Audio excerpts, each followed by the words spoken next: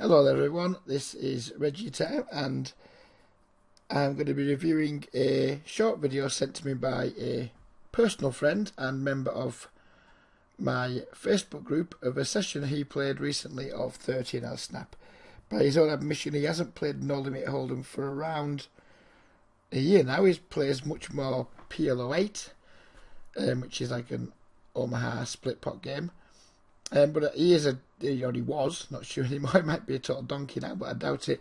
He was a very good No Limit Hold'em player back in the day, mostly full ring, mostly pre-Black Friday before he became immeasurably richer. And now he's just a very well-off guy who doesn't need to play poker, he just plays purely for fun. And he's been kind enough to make me a video to review, so I've no idea how it's going to be. Presuming he's going to play well, because like I say, he's a good player, but I'm interested to see exactly what shape his game in, because I'm playing a home game with him next week, so it'd be nice to see just what sort of shape his game's in. So without further ado, we'll go ahead and press play on the video.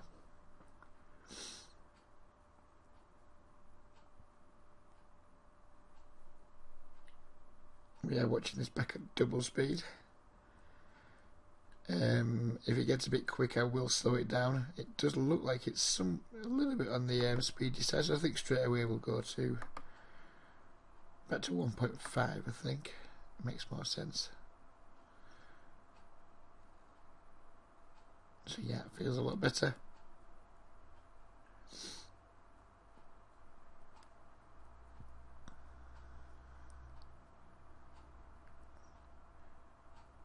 I think JP was always known as a good nit back in the day, when you could get away with being a good nit. So it'll be interesting to see just how loose he is, because I get the feeling he's not going to be that loose in this video. So he's the first potentially interesting spot. He's flopped an open ender against a player that he won't know, but I know as someone who isn't a particularly good player. I like his lead on the turn, and I hope he goes for it again here. No, he's just given up. I think probably if we bet that turn, yeah, the flush has got there. But I mean, so far, Chizio, whatever the heck he's called, he hasn't shown any strength in the hand. He's just called a small raise pre-flop, or it's called a raise pre-flop. He's checked the flop. He's just called the turn. Now I know we're out of position to him, and I know the flush has got there. And yeah, maybe as a jack here. I wouldn't bet here to try and make him fold a jack, but I would bet here to try and make him fold a 9 or some like gut shots that are beaten as like king queen, king 10, those type of things. So I would have bet probably around 270 here, just to make him fold his weaker stuff that's just a bit better than ours. Yeah, we're not trying to make him fold a jack, etc. Maybe not even trying to make him fold a 9. But I think we can make him fold some stuff rather than just giving up here. It's going to be a shame if we check back and he wins with king queen, or he wins with, you know, pocket 7s or something like that. So I would probably take another small stab on this river.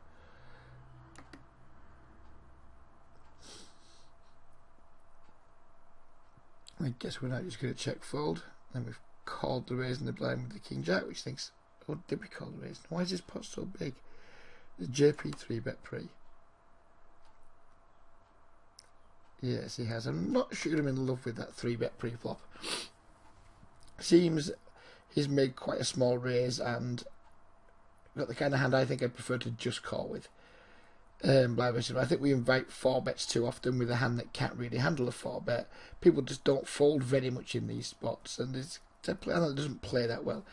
I'm sure lots of people are 3-betting king jack off in these spots. I just think we can just find other hands to do it with. I'd rather be a bit more polar in this spot personally, and then just keep that hand like king jack, queen jack, king 10, ace 10, all those kind of things, to keep them in the calling range rather than blow to pot up. And now we're completely bricked. We don't have that much equity. We just have 2 overcards, and just no backdoor whatsoever. So that's why I don't like it. I just don't think it plays that well post flop. And anyway, we've been dunked into, and that's the end of that. So yeah, I wouldn't have 3-bet there, I don't think, with King Jack off. I like to 3-bet quite a bit blind versus blind, especially against smaller opens, but I wouldn't usually use King Jack as a hand to do with.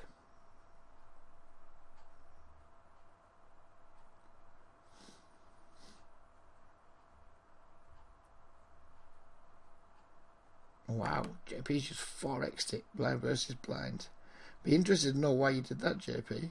That seems like a big size against somebody who's like playing a shorty stack. It's not like we need to build a huge pot versus, and we just go back and like, look at the size and then explain why I think it's too big. If you look at their stack size, we make it 4x here. They've only got $11, so it's not like we need to. I don't know, we've got like a really premium hand and we want to make the pot slightly bigger so we can make some bigger value bets post flop. We don't need to. If we just make this 90 here, he calls, that's going to be 180 in the pot. He's going to have like 1080, 1060 something left in his stack. It's not that going to be high. When we get to the flop with an SPR of 5, it's not usually that hard just to get all the money, and we can kind of just go 150, 375 shove, something like that, and it's not going to prevent us getting all the money in the times we want to get it in. I think what we do with the extra like 30 cents we're putting on, we just get more fold equity than we actually want when we got a hand as strong as King Queen. So I think I would have just made it 90 there. I don't mind making it 105 or 120 when we're super deep, but when we're that shallow, we just don't need to 4x it pre. Not really sure why he did that.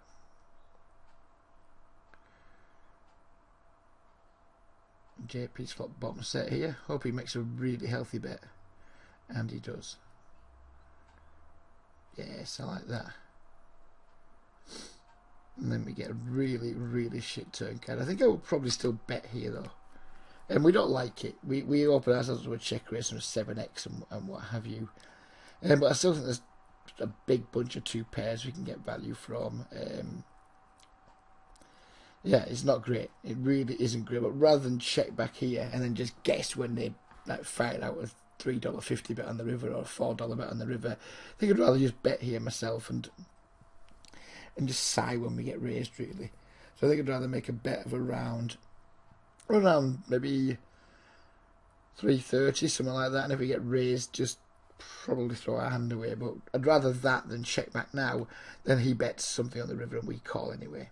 I think it's better to bet here and fold to a raise than it is to check back and call river, which I think is a play lots of people might make, or just check back and fold river even. So now we're going for some value on the end. Hopefully we get some.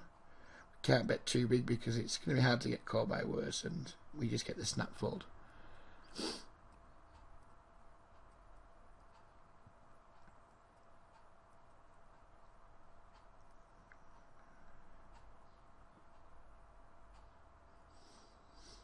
Two queens on the bottom table. I think that's a spot again where I would just 3x when we've got somebody in the blinds who's playing a short stack.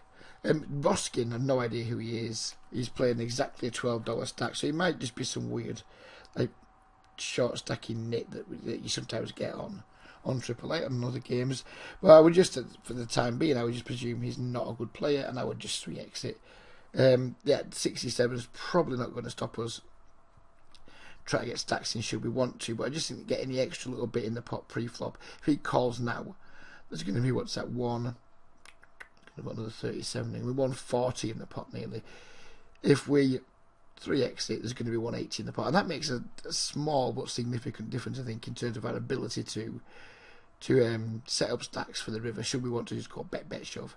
It's only a really small thing, but against a fish I think we can just use exploitably different open sizes depending on who's in the blinds, and when there's potentially a fish in the blinds, I prefer to make it 3x, especially when JP won't be a player that anyone's got any information or any hands on, so they won't even know for the length of this session, like kind of if he does have any pre-flop size intels or giveaways, they're not going to pick up on it this quickly. So I would just make an exploitable 90 there. I mean, I make my button up was 90 anyway, but if I was a min raiser from the button, I still would 3x when there's fish in the blinds and I have a premium hand, and I don't care how exploitable that is. It would just it's just better than than using the same open size against people who don't really care.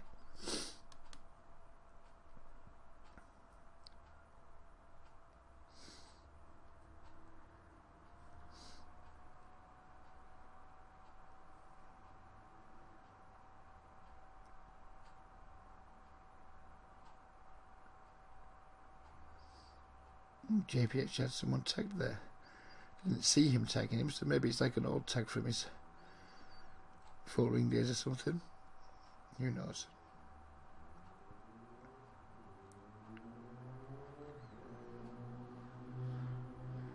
He's got Noga tagged as a shark, which, I mean, I don't mean to be thingy, but I mean, somebody tags a shark with a $7 stack. Come on, JP. Yeah, I know Noga. He's a short stacking nit. He's irritating, but he's by no means a shark. Please don't tag people as sharks. You've got 25 big blind stacks. It makes me want to cry.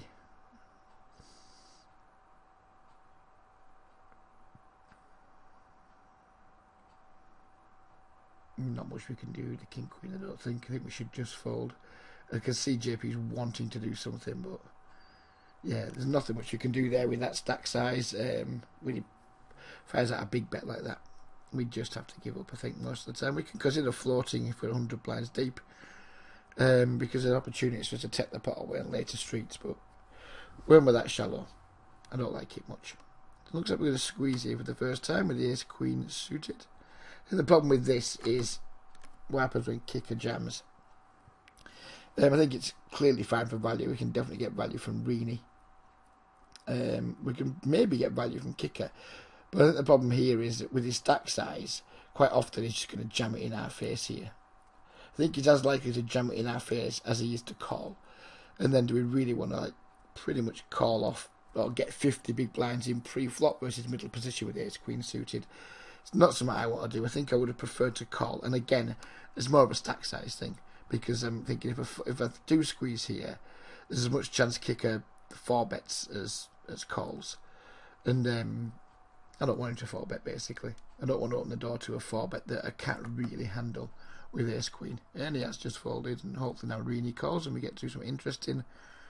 But instead he just throws an object at JP and folds, which is an animation I don't have turned on, thankfully, because I can't be arsed with it. Top pair backdoor flush draw seems like a good spot to start c-betting. Seems like a good spot to barrel JP. 240 would be nice, I think. 210. And then we do with the nuts because JP runs like God, and we should just shove now. Oh, I'm not sure why we've left him with $1. Not sure why we've left him with $1 there, JP. I know you're absolutely minted, my friend, but just leaving him with $1 there. I think we've left money on the table. And I think if we just made that 240 on the river instead of on the turn instead of 210, it would have made it easier for you to just shove the river.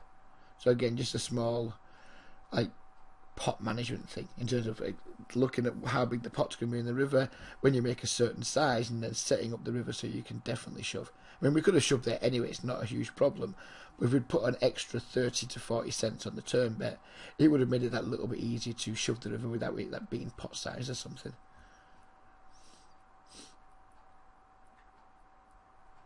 Oh, we potted it under the gun. Something you don't often see. Don't mind it at all, for the record. I think it's absolutely fine.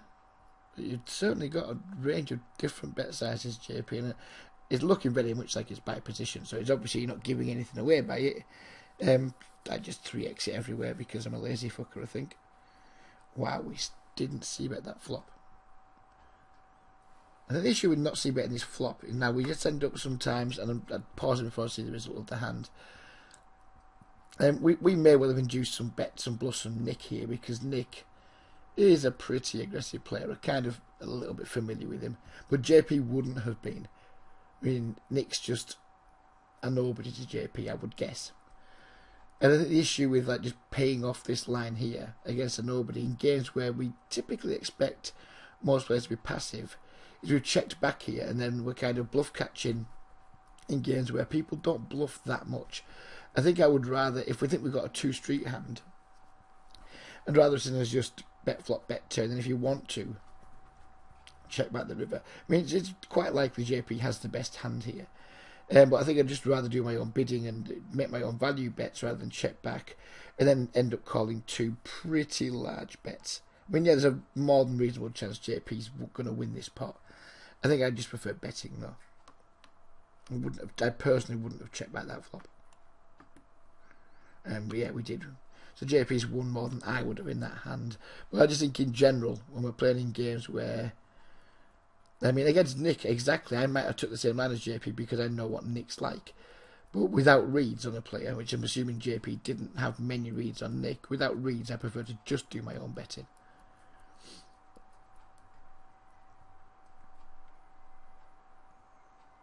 But Nick is definitely, if you are a 13-0 player, Nick is definitely definitely one of those players who can definitely can apply pressure to you in some ways. That is a big 3-bet, JP. It's a big 3-bet. I don't hate it without a position. It's slightly more than 4x. I wouldn't have gone that big. I like to make my 3-bets pretty big when I'm going to be out of position. And if that had been, say, a cut-off open and then G Davis, who is Grant from the Facebook group, just for the record, if Grant had called on the button too, I think 350 is a more than reasonable size to make it. But just against one opener, I probably would just have made it $3, I think. I think, again, it's a spot where you're going to just get slightly too many folds because of our slightly exaggerated sizing.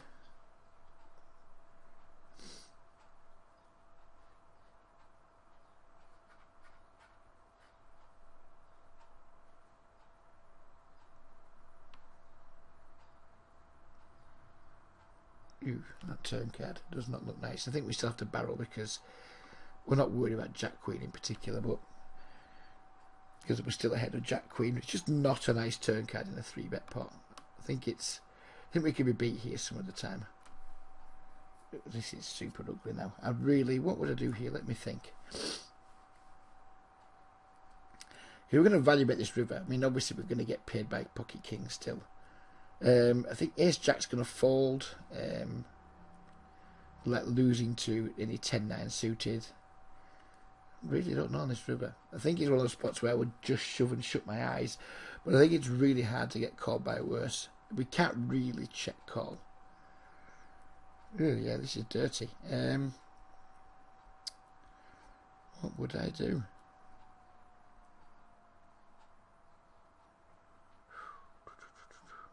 Wow, this is a fun spot, JP. Because I don't think we can get called with if we shove. Maybe Jack X just says fucking calls. You know, I think I'd just check and hope he went check, and if he shoved, I think I'd probably cry. I think that's what I'd do here. I just think it's really hard to get paid off here. And he did just snap fold. JP did bet quite quickly and with confidence there. Not sure what he was hoping to get called by. It'd be interesting if you watched the video, JP, if you could tell me what you were hoping to get called by there. I think there's only really pocket kings, and I mean, let's face it, he's going to 4-bet kings a lot pre-flop. I think it's a shit run out. It's an ambitious river value bet that I think tons of people make. But I think when we get called there, we lose more than we win, which is a bit of a problem. And we don't want to be getting, we're going to be losing more than you win on your value bets.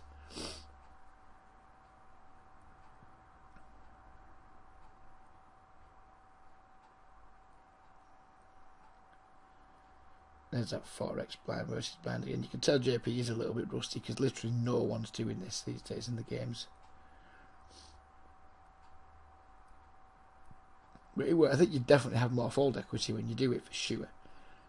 You just make it more expensive for people to bluff you, and in these games, people aren't making expensive bluffs, so I think it definitely works to an extent. It's just not really my cup of tea.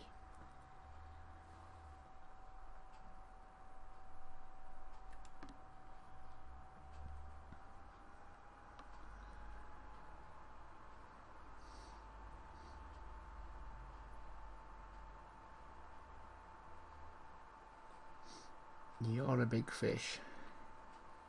He certainly is. I'd like to see JP squeeze here. This is where I would like to see a slightly bigger squeeze from JP. It's fine, he's made it.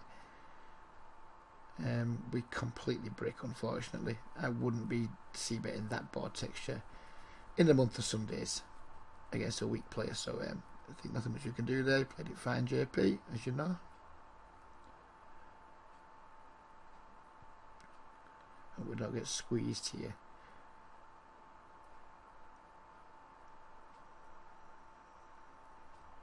Rodman looks like he's wanting to do something. He doesn't know. Now there's a board texture where I would sometimes, if we're not using our position well enough there, JP. On the face of it, we flopped nothing. Absolutely nothing. We're playing against somebody who's probably going to be bad due to their stacks. And yeah, they've made a really good, healthy c-bet. And we haven't got that much going on, but we do have 2 overs. We have like a shitty backdoor flush draw. But I think it's a sort of board, especially where these weak players who don't have full stacks, I don't think they can help themselves just c-betting all their air here. You know, if you imagine some of the weak players that play in our home game, they just c-bet way too much. And yep, Shergy, I'm talking about you if you ever get around to watching this. I think these like loose, bad aggressive players, and we can't assume he is bad aggressive because we already think these games are quite passive. But I think people just c-bet too much. Bad players especially c-bet too much. So I think we can just float this flop and just see what happens on the turn. I think we're going to get enough checks where he checks, we just bet and take the pot down. Or sometimes we even just hit a jack or a queen and make the best hand. There's lots of ways we can still win this pot, and I think I don't mind floating. I don't mind floating when it's still cheap against people who I think are likely to be bad. And just wait and see what happens on the turn. Just force them to play a turn. The further down the street we get against people who we expect to be bad, the worse we can expect them to play, and the more mistakes we can expect them to make. So I like to try and force players who I think is bad, especially when they've got position on them. I like to try and force them to play turns and rivers, when they've got slivers of equity and ways to win the pot, just because I think they're going to make a bunch of mistakes. We can make them fold too much, or if we make a hand, we can, and they continue being aggressive, we can just get them to like continue bluffing too much, to just make all kinds of mistakes basically. And if we don't force players to play the later streets, the ones that are not as experienced on, the ones that are not as good at, we can't force them to make as many mistakes. So I would have floated here. I float a lot, and this is a spot where I would definitely have floated, just to force people to play a street that they're not as comfortable on. Most players are comfortable on flops because they see lots of flops, and much less comfortable on turns and rivers because they're just not as well practiced at playing them. Wow, that's a big bet from Sean. Have we got an exit strategy at any point here, JP? Because I really don't want to have to call like a $9 river bet here. And yeah, I think you played the hand fine there. I think we have to fold at some point, and I think the river's probably the time to do it. So let's see how JP plays this against Nick. Bears in mind that Nick ran that big bluff against us earlier. And he just folds. It's a fine 3-bet. With the ace jack suited, of course. Not sure I like that much, Johnny. This small blind isolation raise usually indicates strength. We've got call with a pretty moderate offsuit king jack. I think it's one of those spots where it's hard to win a big pot, but it's not that hard to lose a medium-sized pot. Wow, we've been just massively dunked into with our top two pair here. Looks like JP's just winding up for the shove. I don't hate that. I don't hate it. I mean, we've got top 2 on a monotone board, but just when I see these pot-sized bets on here, I don't think it's a bluff very often. Yeah, it could of course be somebody with, like, I don't know, a pair and a flush draw, ace-9 offsuit with the ace of spades or something like that. It's not a spot I'm in love with. It really isn't. I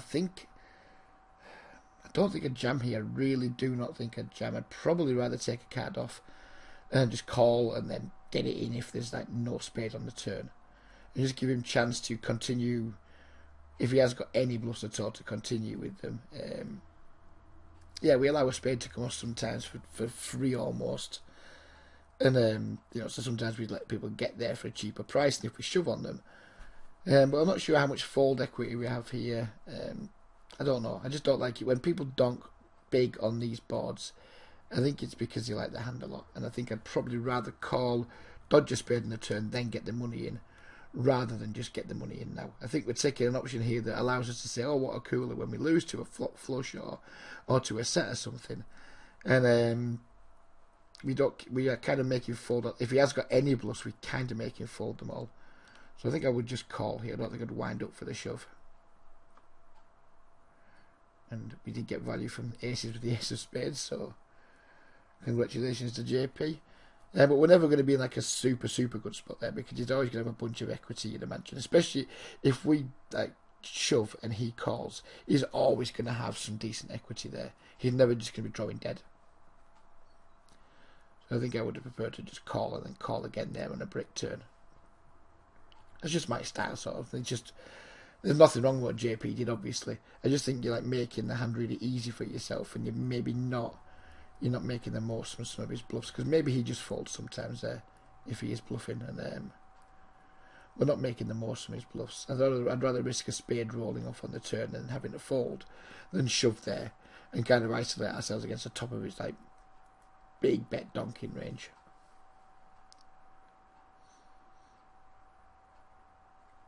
Interesting that you chose to c-bet there, JP, against somebody who, because if we go back and look at that, we didn't c-bet our ace-jack against Nick earlier, and then we just caught him bluffing on the turn and the river.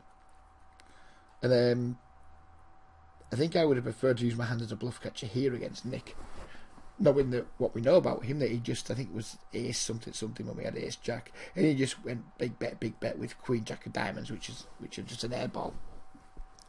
So I think our hand plays better here as a bluff catcher against somebody who can be aggressive and tricky, because I think, yeah, we don't get check raised a lot, but people like Nick are going to check raise a lot more than a lot of players are. When we bet here, we're not really value betting. I don't think we're ever getting someone like Nick to fold a better hand, so we don't really work as a bluff. And we have a hand that works perfectly fine as a bluff catcher against somebody who's already demonstrated that they like to bluff versus flop weakness. So I think I'd rather just check here and at least call the turn, and then think about maybe hero calling some rivers too, rather than just betting against somebody and just giving them a chance to do their bad aggressive thing.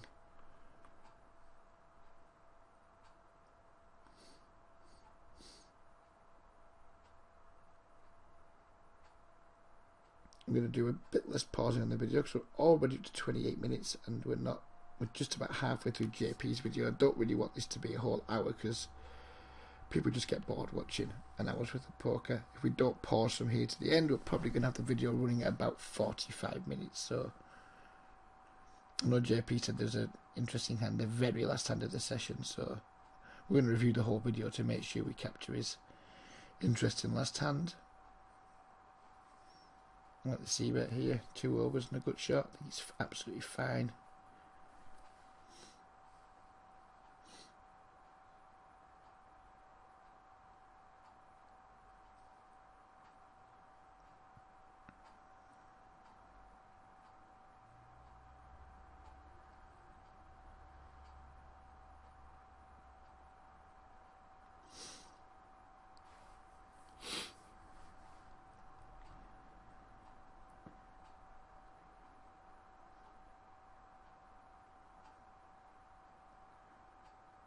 Bit of group on group violence there. Grant snap fold into JP's 4x open. I really don't like that 4x open, JP. I know you're probably not going to play much no limit after this, but if you do, I would seriously consider not 4xing from the small blind.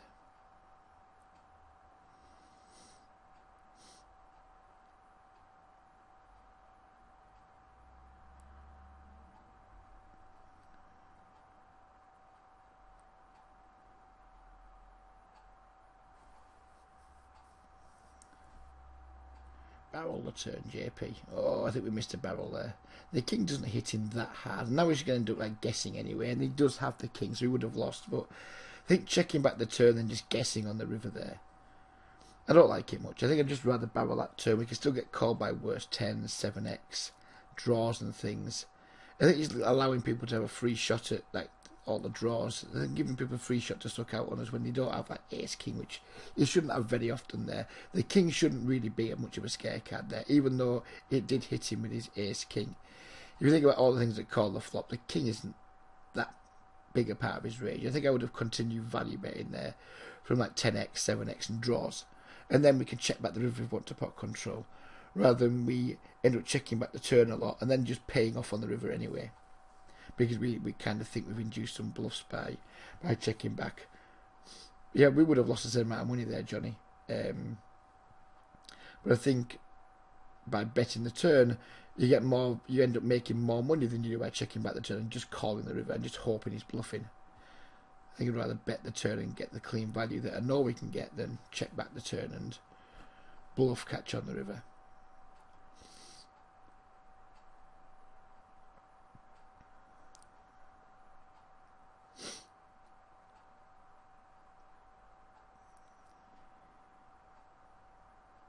Ooh, not sure about that call with the king 9 suited against middle position. Oh, we get squeezed by a nit and we have to fold. Yeah, didn't like that much, JP. If we're going to play the king 9 from the small blind, probably rather see us 3-bet it than just peel it against middle position.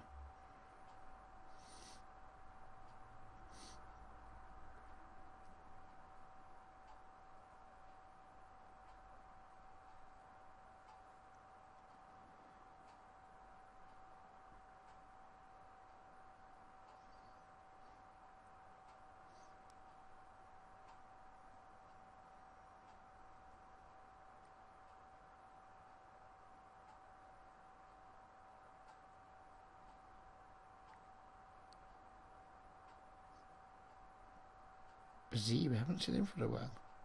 Some Croatian nit.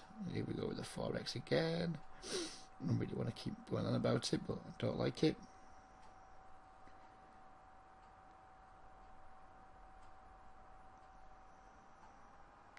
I would have defended the 3-6 there to the min raise too. We're closing the action. It's yeah, it's 3-6 suited. It's junk, but then we can call really wide versus min raises from the button. And I mean really wide. And be careful with my ISO here because the button whose limp doesn't have many chips. So we don't need to make like a big isolation raise. We can just make that 3x there and try and make the big blind fold rather than make it as big as we did. Because we just don't need to inflate the pot that much, because if we do make a hand we like, we're not going to find it at all difficult to get the money in. And we're going to set mine against Grant. Grant loves pocket tens. It's his favourite hand for flopping sets, apparently. It's just his quirky little thing. It'd be nice if we did flop a set against Grant with Grant's hand. I would fold here at this point. I really would just fold. I think when regulars, and I have no idea what Grant has here, but when regulars c-bet under the gun into a short stacker, well, basically in a multi-weight pot and into a short stacker, and I just think it's and we get and the bet gets called, I would just make a really, really tight fold there. Yeah, Grant can have pocket 8s, pocket 9s, I guess, but that's really about it. And I just don't think. I mean, he doesn't know Grant. That's the issue. I know Grant just wouldn't be like. He certainly wouldn't be double barrel bluffing here. I'd be very surprised if Grant doesn't have a significantly better hand than 10s here, and pretty much any regular in this pool. When they c-bet into 2 players on like a low dry board, I just think they're going to have it way too often. And maybe we can't fold the flop, but I certainly hope we fold the turn. I think maybe folding the flop is a little bit too nitty actually in hindsight. Yeah, it would have been. He only half potted. We have to call the flop, so ignore that bullshit. We must call the flop, but I think we can definitely fold this turn. We need double barrels into a guy with this chip stack, and we've called 2. I think we can get the hint that 10s just aren't going to be good.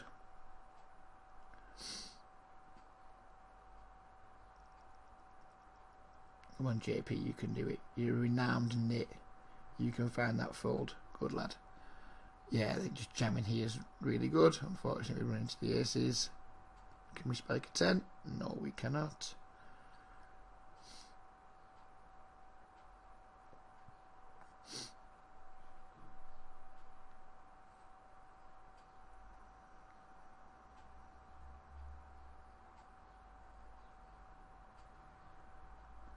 We'll go back and watch this video again, JP, before our session next Saturday. Try and find any little things that you're doing to try and ruthlessly exploit you, because I know you can afford it, so it doesn't matter. I know it's not nice of me to try and exploit you. You've been kind enough to show me a video of your play, but you're the richest man I know, so you can afford it. So good for me. How many river quads? I think I'm probably going to get a fold here from Kinesic. You know, he doesn't bet the turn on the ace. I think usually just giving up, or he just doesn't like the ace. I would have, if I was going to value bet there, I would have, I would have value bet obviously with my quads. I think I would have made it much smaller just to try and force a crying call from someone that isn't an ace.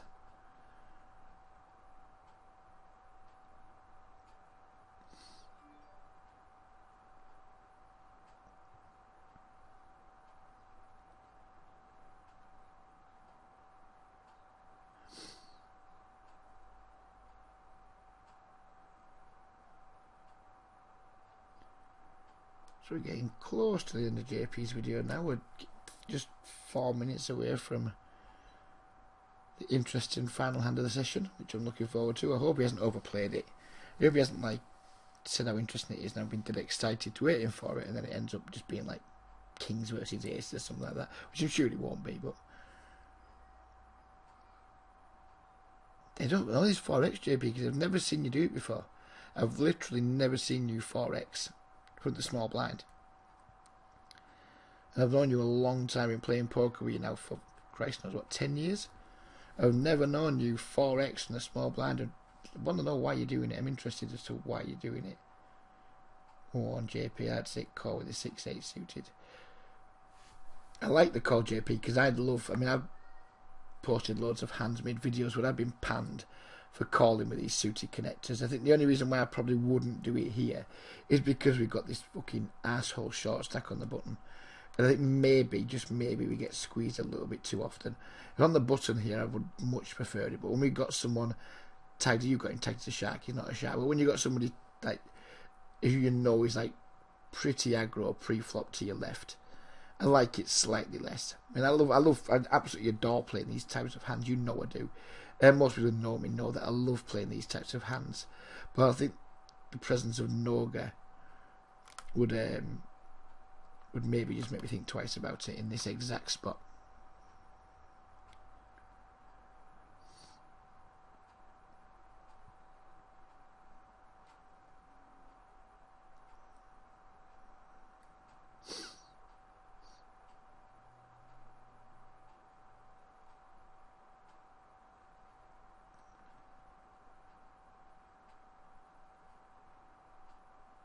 Is this the one? Is this the hand? I think it probably will be. This might be the hand that he's talked about.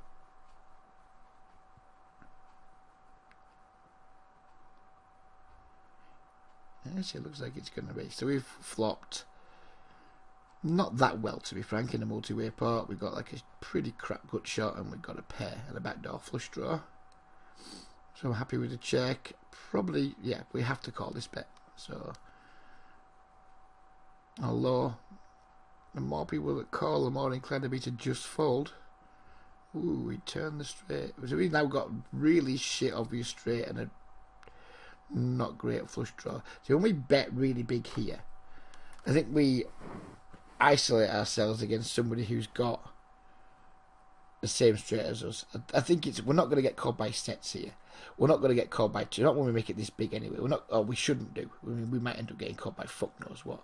We say it's an interesting hand. Who knows? I think when we make a bet this big, we kind of fold out all the shit that we want people to still have. I'm not sure how I would have played here actually. Don't think I would have made this bet though, because I'm just having a hard time. Yeah, we can get called by flush draws. I guess we're free rolling against people who just have like a naked 7. So obviously someone's in with like 10-7, 6-7. Like basically, we are free rolling against 7x that doesn't have a jack in it, I guess, or a queen in it. So obviously Queen 7 and Queen Jack's got us. Well, not in bad shape, but you know they've got some outs against us too, as we go out against them. I just think we're going to get like a load of action from Chop. No, don't know. No, because we're free rolling like fuck, aren't we? Most of the time. But then again, if someone's got Jack Queen, we're drawing to a flush. I don't know, JP. I don't know. It's an interesting hand, like you said. Oh wow. I don't think I would have bet though. Really don't. I think I would most likely have checked again here. Don't know why, but I just think it feels like a spot where I would check and just try, just like not try and build a huge pot. Because I mean, someone's in there with Jack Queen. I don't like it. Which somebody can definitely have Jack Queen here. They can absolutely have Jack Queen. Yeah, I don't like the bet. I think I probably would have checked, and then just like if Banwich Man bets and everyone else folds, maybe we can think about, you know, trying to play a really big pot against him. But you know, it's not beyond the realms of possibility that one of these guys can just be in here with like a bigger straight. So I don't really like the bet that much. I certainly don't like the size of it much.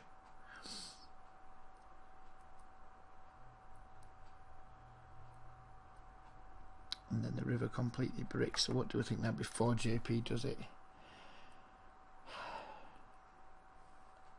I don't think I bet. I genuinely don't think I bet here, because I just don't see how we get called by a worse hand. I think I prefer check something. And well, who knows? Maybe he just bluffs with missed hearts if we check. It's a rough spot. It's a really rough spot, because I think it's just really hard for us to. I think we chop a lot. It's hard for us just to win the pot by betting. So if anything, yeah, check something, I think. So let's see what JP does. Don't like if you bet. I'm not going to like it. I don't think. I just don't see what worse hands call. Ah, we did check. Good stuff. And we won the pot. Do we get to see what he had? Does JP show us what he had? Does he? No, he doesn't. So let us know what he had in that last hand, JP, because I think it's interesting what he had there. I think it's good that you didn't bet the river. It's just too hard to get called, and I think bluff catching is a better way to play that hand. Yeah, but it was an interesting hand, so thank you very much for sharing the video, JP. I've appreciated watching it. The 4x and the small blind, not a big fan of. You weren't taking your time over any decisions. You seemed rushed all the time. And you'd do better if you took a little bit more time. But yeah, thank you very much for sharing it, and I hope you enjoyed listening to my commentary on it. Cheers for now. Ta-da.